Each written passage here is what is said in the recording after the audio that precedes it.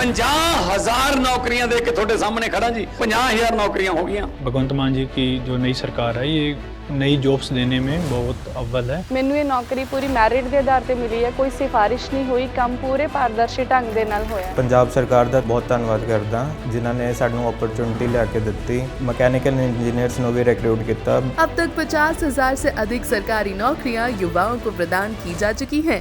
ये है नया पंजाब, ये है रंगला पंजाब। आदाब, नमस्कार। द रेड माइक में आपका स्वागत है। उत्तराखंड देश का पहला राज्य है जहां यूसीसी यानी यूनिफॉर्म सिविल कोड और हिंदी में समान नागरिक संहिता को लागू कर दिया गया है।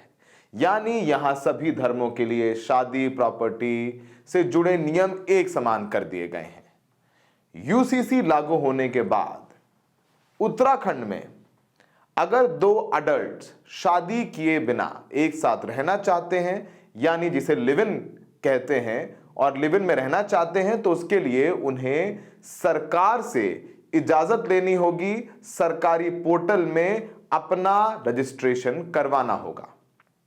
इस नियम को लेकर काफी चर्चा भी है और काफी विवाद भी हो रहा है।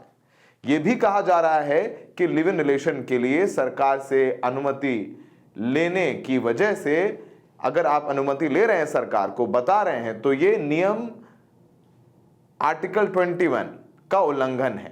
आर्टिकल 21 संविधान का वो अनुच्छेद है जो ये कहता है कि भारत के प्रत्येक नागरिक को जीवन जीने और उसकी निजी स्वतंत्रता को सुनिश्चित करना होता है। यानी ये रजिस्ट्रेशन जो सरकार करवा रही है वो आर्टिकल 21 का उल्लंघन है। लिव इन रिलेशनशिप को लेकर उत्तराखंड हाईकोर्ट ने भी बुधवार को ऐसी टिप्पणी की है जिसको लेकर काफी चर्चा शुरू हो गई है। कोर्ट कहता है कि लिव इन रिलेशनशिप के अपने नुकसान हैं। अगर रिश्ता टूट जाता है और इस रिश्ते से कोई बच्चा होता है तो फिर उसका क्या होगा। ये शब्द हैं उत्तराखंड हाईकोर्ट के चीफ जस्टिस गुहानाथ नरेंद्र के।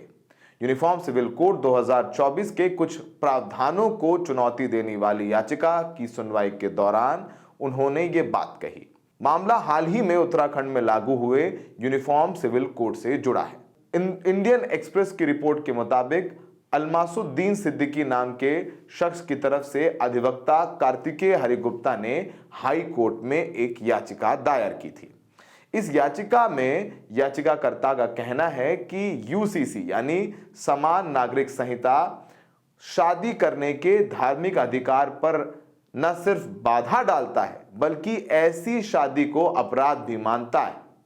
उन्होंने तर्क दिया कि यह मौलिक अधिकारों का उल्लंघन है। अब इसी याचिका को लेकर 12 जनवरी को चीफ जस्टिस जी नरेंद्र और जस्टिस आशीष नैथानी की बेंच ने मामले की सुनवाई की। इस दौरान कोर्ट में लिव इन रिलेशनशिप से जुड़े प्रावधानों को अदालत के सामने रखा गया। मामले पर उत्तराखंड सरकार और केंद्र सरकार की तरफ से सॉलिसिटर जनरल तुषार मेहता पेश हुए थे। चीफ जस्टिस ने उनसे यूनिफॉर्म सिविल कोड की धारा 387(1) पर स्पष्टीकरण मांगा। जानकारी के लिए बता दें कि इस धारा में लिव इन रिलेशनशिप का रजिस्ट्रेशन ना करवाना अपराध बताया गया है। अगर आप बिना रजिस्ट्रेशन के उत्तराखंड में लिव इन रहते हैं तो यह कानूनन अपराध हो गया है, और अगर आप रजिस्ट्रेशन नहीं कराते हैं तो आपको 3 महीने की जेल या 10,000 तक का जुर्माना देने या दोनों का ही प्रावधान है। इस नियम के बारे में चीफ जस्टिस ने सॉलिसिटर जनरल तुषार मेहता से सवाल किया। उन्होंने पूछा कि लिव इन रिलेशनशिप को रेगुलेट करने में गलत क्या है, इसके अपने नुकसान हैं। अगर बाद में रिश्ता टूट जाता है फिर उसके बाद क्या होगा। अगर इस रिश्ते के दौरान कोई बच्चा होता है फिर उसके बाद क्या। शादी के मामले में पितृत्व को लेकर एक स्वाभाविक धारणा होती है, लेकिन लिव इन रिलेशनशिप में ऐसा कुछ भी नहीं है। आपकी निजता के हनन की आड़ में क्या आप किसी दूसरे शख्स के आत्मसम्मान की बलि दे सकते हैं, और वो भी तब जब बच्चा आपका हो और शादी या पितृत्व को लेकर कोई सबूत ना मौजूद हो। काफी लीगल बात है। इसे लेकर सॉलिसिटर जनरल तुषार मेहता ने कहा कि लिव इन रिलेशनशिप में रहने पर रजिस्ट्रेशन करवाना महिलाओं के सशक्तिकरण से जुड़ा एक प्रावधान है, जिसे लेकर चीफ जस्टिस ने कहा कि घरेलू हिंसा कानून के तहत लिव इन रिलेशनशिप भी आता है। उन्होंने आगे ये भी कहा कि ये समस्या सिर्फ महिलाओं की नहीं है, बल्कि पितृत्व साबित करने से जुड़ी हुई है, और अगर इनका रजिस्ट्रेशन होता है तो ये काफी मददगार साबित होगा। इस पर तुषार मेहता ने बेंच के सवालों के जवाब देने के लिए 6 हफ्ते का वक्त मांगा, और उनके अनुरोध पर कोर्ट ने उन्हें 6 हफ्ते का वक्त भी दे दिया है। अब हम लिव इन रिलेशनशिप से जुड़े नियम के बारे में जान लेते हैं कि भारत में लीगल कैसे है। भारत का संविधान आर्टिकल 21 जीवन और व्यक्तिगत स्वतंत्रता का अधिकार देता है। इसी के तहत लिव इन रिलेशनशिप को कानूनी तौर पर मान्यता भी मिल जाती है। अब सबसे अहम बात हम आपको बताते हैं कि अगर आप उत्तराखंड में लिव इन रहना चाहते हैं तो उसके लिए क्या नए नियम बनाए गए हैं। उत्तराखंड में लिव इन रहने के लिए कपल्स को एक 16 पन्नों का फॉर्म भरना होता है। लड़के और लड़की दोनों को अपने आधार कार्ड का ब्यौरा भी देना होता है। दोनों को अपने पुराने रिलेशनशिप्स का ब्यौरा भी देना पड़ता है कि पहले आप किसी के साथ रह रहे थे, नहीं रह रहे थे, प्रेम था, नहीं था, वो सब भी आपको उस 16 पन्ने के फॉर्म में बताना होता है। लड़के और लड़की को अपने धर्म के धर्मगुरु से परमिशन लेटर भी देना होता है सरकार को, जिसमें इस बात की परमिशन लेनी होती है कि दोनों वयस्क हैं और आगे शादी करना चाहें तो उन्हें उसकी इजाजत दे दी जाए। सरकार यानी रजिस्ट्रार लड़के और लड़की के माता पिता को भी सूचित करते हैं अगर लड़का या लड़की दोनों में से कोई 21 साल के नीचे है। और आखिर में अगर ये रिलेशनशिप टूटता है, लिव इन रह रहे हैं और वो तय करते हैं कि अब हम लोग साथ नहीं रहना चाहते हैं, तो इसके बाद भी सरकार को उस पोर्टल पे जाके बताना होगा कि आप लिव इन रिलेशनशिप से बाहर आ रहे हैं, अब एक साथ एक घर में आप नहीं रह रहे हैं।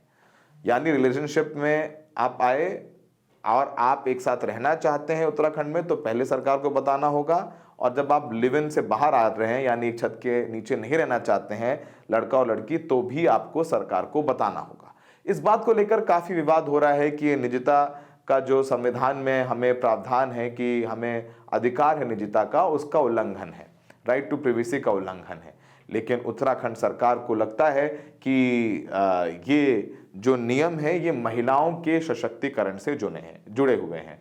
हर नियम के अपने फायदे और अपने नुकसान होते हैं, लेकिन कोर्ट की अपनी इस टिप्पणी के बाद कई मायने इसके निकाले जा सकते हैं। अब लिव इन से अगर बच्चा पैदा होता है तो उसको लेकर के क्या नियम है, इसके बारे में भी सरकार को बताना होगा। अब देखते हैं कि सरकार क्या बताती है। अब उत्तराखंड में 3 जो अभी तक जानकारी मिली है, जब से ये यूसीसी लागू हुआ है उत्तराखंड में, तब से अब तक 3 कपल्स ने अपना रजिस्ट्रेशन इस पोर्टल में करवाया है। उत्तराखंड भले ही इसको देवभूमि कहा जाता रहे, लेकिन कुछ शहर हैं यहाँ पर जो कि बहुत तेजी के साथ डेवलप्ड हो रहे हैं, जिसमें उत्तराखंड की राजधानी देहरादून है। जिन 3 कपल्स ने अपना रजिस्ट्रेशन कराया है लिव इन रहने के लिए पोर्टल में, इनमें से तीनों के तीनों देहरादून में है। देहरादून एक बड़ा शहर है, अच्छी जगह है, मौसम अच्छा है, तो देश भर से लोग वहाँ पर आके रहते हैं और अपना जीवन यापन करते हैं। बहुत सारे army officers, ex army officers वहाँ पर रहते हैं आकर के, तो देहरादून एक बड़ा शहर होता जा रहा है। अब ये भी हम बताना चाहेंगे कि इस यूसीसी से जो शेड्यूल्ड ट्राइब्स हैं वो बाहर हैं, यानी जो एससी समाज, एससी नहीं एसटी समाज के लोग, उन्हें यूसीसी के अंदर नहीं है, उन्हें इससे बाहर रखा गया है। तो अभी उत्तराखंड में शुरू हुआ है, उसके बाद यूसीसी धीरे धीरे और भी बीजेपी शासित राज्यों में लागू किया जाएगा, ऐसा बीजेपी के मैनिफेस्टो में है। इसको लेकर विवाद भी है, और विवाद के बीच में अब धीरे धीरे बहुत सारे नियमों को लेकर के लोगों के दिमाग में संशय और दुविधा है, और उनकी क्लैरिटी के लिए कोर्ट्स लोग जा रहे हैं और कोर्ट्स सरकार से सवाल पूछ रही है। तो फिलहाल सिर्फ उत्तराखंड में यूसीसी लागू है और देखना होगा कि 1 साल बाद कैसे ये यूसीसी टर्न आउट होता है। हमें देखने के लिए बहुत बहुत शुक्रिया।